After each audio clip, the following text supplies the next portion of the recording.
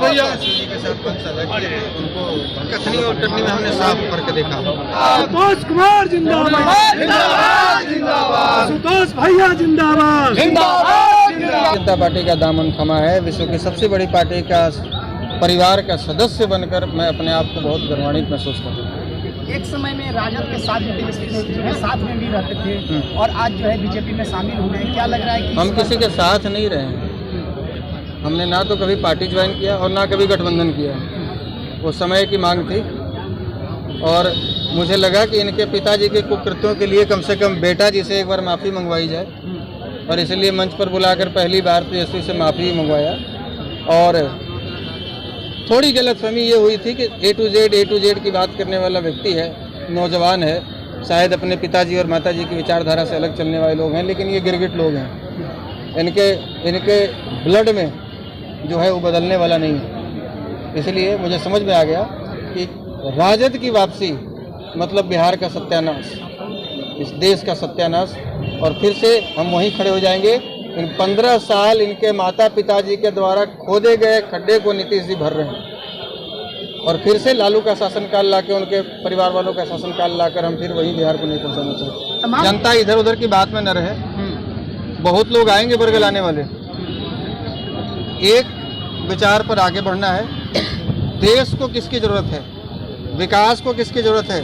केंद्र में जिनकी सरकार है, बिहार में उनकी सरकार है।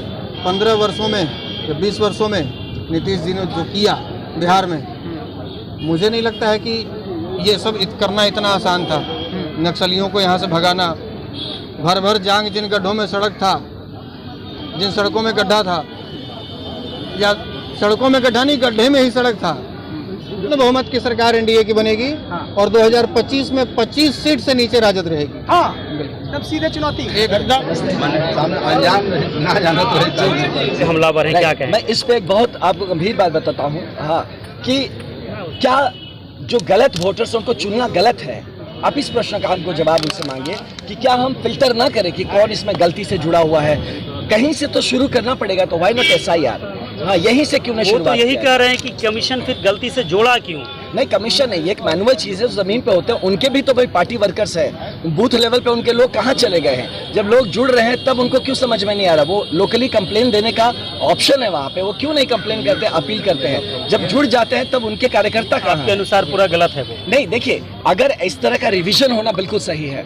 राहुल गांधी जो कर रहे हैं वो सही नहीं है। नहीं, मतलब उन लोगों ने गलत मुद्दा पकड़ा हुआ है। मुझे लगता है वो अपना टाइम वेस्ट कर रहे हैं। ये करने से अच्छा है जो जमीनी मुद्दों को उनको पकड़ना चाहिए और वो मुद्दे ले जिससे लोग को डायरेक्ट सरोकार बनता है। और ये जहां तक उन्होंने मुद्दा उठाया, इसको इलेक्शन कमीशन रिव्यू कर ही रहा है और इलेक्शन कमीशन अगर कुछ कहीं भूल चूक रही होगी तो जरूर पूरा कर लेगा।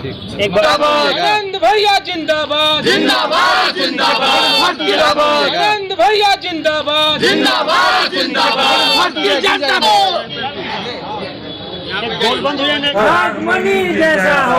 काफी मजबूत करेंगे।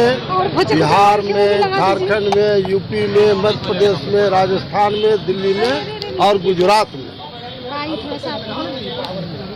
नागमणि जी, सबसे बड़ा सवाल है, आप कुशवाहा के सबसे बड़े नेता माने जाते हैं, लेकिन पुष्पेंद्र कुशवाहा पहले ही एनडीए में है और नागमणि भी एनडीए में आ गया।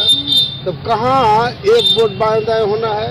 100% कुशवाहा का वोट एनडीए को मिलेगा और एक वोट के लिए विपक्ष को तरसना पड़ेगा।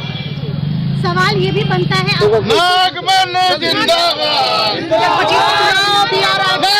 जो राहुल गांधी और तेजस्वी यादव बोल रहा है। तेजस्वी यादव हाल में ही कहा कि मेरा वोटर लिस्ट में नामे कट गया और दूसरे दिन चुनाव आयोग ने कहा कि आपका नाम है। तो जो विपक्ष का नेता जो कल्पना करता है कि हम बिहार के मुख्यमंत्री बनेंगे तेजस्वी यादव, ये फेल है या 9वां पास यहाँ तक बिहार की जनता जानने की। तो ऐसा लफ्फू टाइप का आदमी कल्पना करता है बिहार का मुख्यमंत्री बना। This is possible. Nagmani ji, आप लग जाएगा। एगो सीट बोहनी बिहार में नहीं होगा।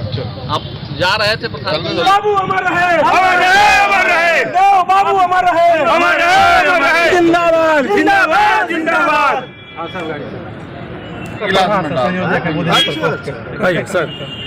Sir, sir, sir.